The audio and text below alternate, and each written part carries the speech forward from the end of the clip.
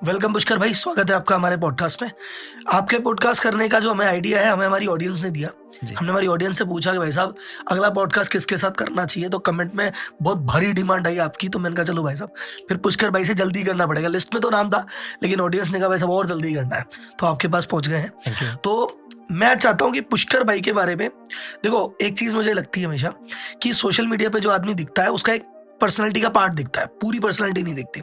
लोग देखते हैं राहुल जी यार आप तो यूट्यूबर हो, लेकिन मैं बोलता हूँ भाई यूट्यूबर के अलावा मैं तो बिजनेस कोच भी हूँ, इन्वेस्टर भी हूँ, ये भी हूँ, वो भी हूँ, लेकिन वो दिखता नहीं है। तो सेम आपके बारे में है कि आपके बारे में कोई कहता है कि अच्छा यूट्यूब पे वीडियो बनाते हैं, कोई कहता है तो मोटिवेशनल कोच है, कोई कहता है नहीं स्टॉक की बात करते हैं, कोई कहता है ये ट्रेडिंग की बात करते हैं। तो ये जो छोटे छोटे पहलू देखते हैं ना, मैं चाहता हूँ कंप्लीट सराउंड पर्सनैलिटी पुष्कर भाई की क्या है वो पुष्कर भाई बताएं कि आप क्या क्या करते हैं एग्जैक्टली, और फिर एक एक पर्सनैलिटी पे अंदर डीप में डाउन करेंगे।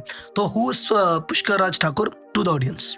यार मैं तो बड़ा एक नॉर्मल सा इंसान हूँ, जो भी मैं करता हूँ उसके ऊपर मैं बात करता हूँ। ठीक। So definitely I am involve in stock market. तो हम अपनी खुद की इन्वेस्टमेंट्स करते हैं, उन इन्वेस्टमेंट्स के ऊपर ट्रेडिंग भी करते हैं। तो इन्वेस्टिंग और ट्रेडिंग एक पार्ट है, और इसके अलावा जो मेरा मेन बिजनेस है वो रियल एस्टेट के अंदर है। तो मेजर हमारा पैसा उसी में लगा हुआ है। तो भाई अब जहाँ पे पैसा लगा हुआ है वो बिजनेस मेन हो जाता है। एंड डिपेंड ये करता है कि ध्यान कहाँ पर जाता है। तो रियल एस्टेट एक ऐसी चीज़ है जो बहुत ज़्यादा टाइम और अटेंशन मेरा नहीं लेती, क्योंकि वो पैसिव चलती है, पीछे से चलती है, क्योंकि उसके अंदर एप्रिसिएशन अलग तरीके से आता है। And we create builder floors, तो वो हमारा एक काम है। तो this is what I do. So आप मुझे एक इन्वेस्टर बोल सकते हो। तो वेदर अपॉर्चुनिटी कोई भी हो, तो मैं अलग अलग कंपनीज में भी इन्वेस्टमेंट्स है मेरी, तो बस यही मैं करता हूँ। तो वहाँ से मेरी पैसिव इनकम चलती है। तो आप कह सकते हो कि I am an investor who earns passive income. ठीक है। तो इन्वेस्टर और अलग अलग हिस्से, जो रियल एस्टेट में भी पैसिव इनकम है, तो रियल एस्टेट में जो है तो आप ऐसा कंप्लीट इन्वेस्टर की भी आपने पैसा दे दिया, कोई और खरीद रहा है जमीन, कोई और बना रहा है, कोई और बेच रहा है, या ये पूरे काम भी आप ही करते हैं? एक्चुअली क्या है कि आप इसे फैमिली बिजनेस कह सकते हो। सो मुझे सपोर्ट मिला मेरी शादी के बाद। तो जो मेरी वाइफ है उनकी फैमिली में सब रियल एस्टेट के बिजनेस में है। ठीक है। सो होता क्या है कि लोगों को रियल एस्टेट जितना दिखता है सिर्फ उतना होता नहीं है। चलो मैं आपको एक एग्जांपल देता हूँ। सो ये आपकी ऑडियंस का भी ना दिमाग थोड़ा खोल देगा।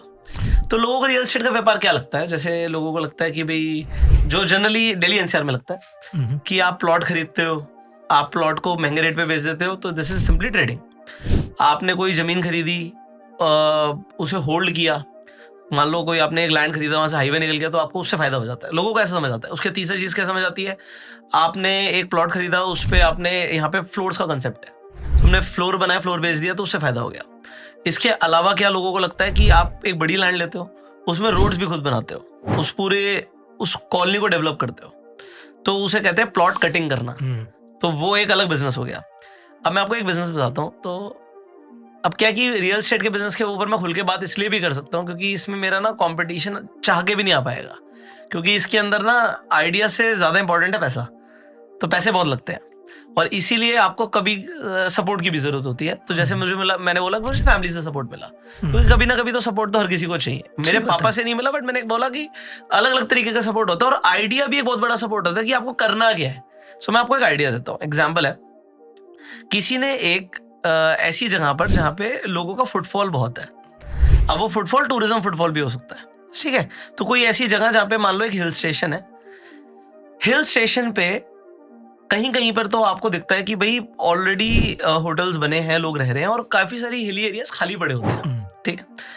तो वहां पर क्या होता है कि अलग अलग वहां पर, अच्छा प्रॉपर्टी में क्या है, इंडिया में ना हर जगह अलग अलग तरीके से बात होती है। जैसे दिल्ली एनसीआर में गज में बात होती है, कहीं स्क्वायर फीट में बात होती है, यार्ड्स में बात होती है, नाली में बात होती है, अलग अलग तरीके से बात होती है। तो वो आप उसे हटा दो, बट मैं एक एग्जाम्पल दे रहा हूँ कि जनरली सस्ती प्रॉपर्टी मिल जाएगी आपको अगर आप एग्जाम्पल एग्रीकल्चर लैंड टाइप खरीदोगे, जिसका CLU हो सकता है। अब CLU क्या होता है, आपकी ऑडियंस को बताता हूँ, चेंज ऑफ लैंड यूज। तो उसके अंदर कल को हम चेंज ऑफ लैंड यूज करा के वहां पे रिजॉर्ट खोल सकते हैं, वहां पे फैक्ट्री खोल सकते हैं, तो अलग अलग काम हम कर सकते हैं। अब अभी के लिए वो एग्रीकल्चर लैंड है, और एग्रीकल्चर लैंड सस्ती होती है। मान लेते हैं राहुल जी के पास 100 रुपए है, तो राहुल जी 10 रुपए लगा के एक लैंड खरीदते हैं, मान लेते हैं हिल स्टेशन पे, जहां पे पीछे से रिवर साइड जा रही है, आगे का व्यू बहुत अच्छा है, आपको नीचे बढ़िया सेंट्रिक व्यू मिल रहा है। आपने वो जगह खरीदी, बट आपने किसी को बताया नहीं कि आप उसका करने क्या वाले हो। आपने महंगा खरीदा, मान लेते हैं जनरली एग्रीकल्चर लैंड जो भी रेट पे था, आपने उससे हल्का सा महंगा खरीद लिया, ठीक, डजंट मैटर। आपके 10 रुपए लग गए 100 में से, अभी 90 रुपए बचे हैं। जैसे आपने खरीदा, उसके बाद आपने क्या किया कि आपने आसपास के सारे खेतों को एक्वायर करना शुरू कर दिया, जिस भी रेट पे मिल रहे हैं। मतलब आप महंगा ही खरीदोगे, क्योंकि जब आप मार्केट रेट पे खरीदोगे तो आपको महंगा मिलेगा। भाई जब आप खरीदने निकल जाते हो ना कि चाहिए चाहिए चाहिए चाहिए, डिमांड आते ही प्राइस शूट कर जाएगा। तो एक्चुअली ऐसा नहीं करेगा, क्योंकि किसी को कुछ पता नहीं होने क्या वाला है। Nobody knows what you going to do. आप क्या कर रहे हो, आपने पहले एक रिजॉर्ट के लिए जगह निकाली थी और उसके आसपास पीछे पीछे सब कुछ खरीद लिया, ठीक है, आगे पीछे सब खरीद लिया सराउंडिंग में। उसमें टाइम लगेगा, it is a project which will take time. अब खरीद तो लिया आपने एग्रीकल्चर लैंड के रेट पे। एग्रीकल्चर लैंड लिटरली बहुत सस्ती होती है, मतलब लोग करोड़ों की बात करते हैं, लाखों में भी आ जाएंगी, ठीक है, वो आती है। अब आपने वो खरीद लिया, नाउ आप क्या करते हो, अपने रिजॉर्ट पे पैसे लगाते हो। 10 रुपए की अगर आपने प्रॉपर्टी ली थी, 10 रुपए मतलब लोगों का कुछ भी समझ लो, 10 करोड़ मान लो, तो आपने उस पर 10 करोड़ ही और लगा दिए और आपने वंडरफुल रिजॉर्ट बनाया, ठीक। अब लोगों को यहां तक क्या लग रहा होगा कि हम रिजॉर्ट से कमाएंगे।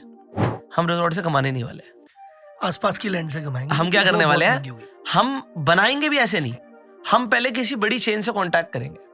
मान लो मैं आईटीसी से, ताज से, मैरियट से, हिल्टन से, हयात से पहले टाइप कर लूंगा कि मैं आपके लिए रिजॉर्ट बना रहा हूं, आपको अपना ब्रांड नेम मुझे देना है, आप अपनी रिक्वायरमेंट बताओ, इन्वेस्टमेंट तो आप ही करोगे और इस पे सारा काम हो जाएगा, लीज वीज पे आपका काम हो जाएगा, वो आपको प्रॉफिट शेयरिंग या जैसा भी 15% में मैनेजमेंट कॉन्ट्रैक्ट होता है आज की रेट में। जैसे कोई 15 ले रहा है, कोई 20 ले रहा है। हाँ आप बता दो, आप आइडिया तो है ही। 10-15% का ही आइडिया है इसमें। एक्चुअली मेरियट, जैसे मैं बता रहा हूँ, मेरियट एक भी होटल ओन नहीं करता है इंडिया में।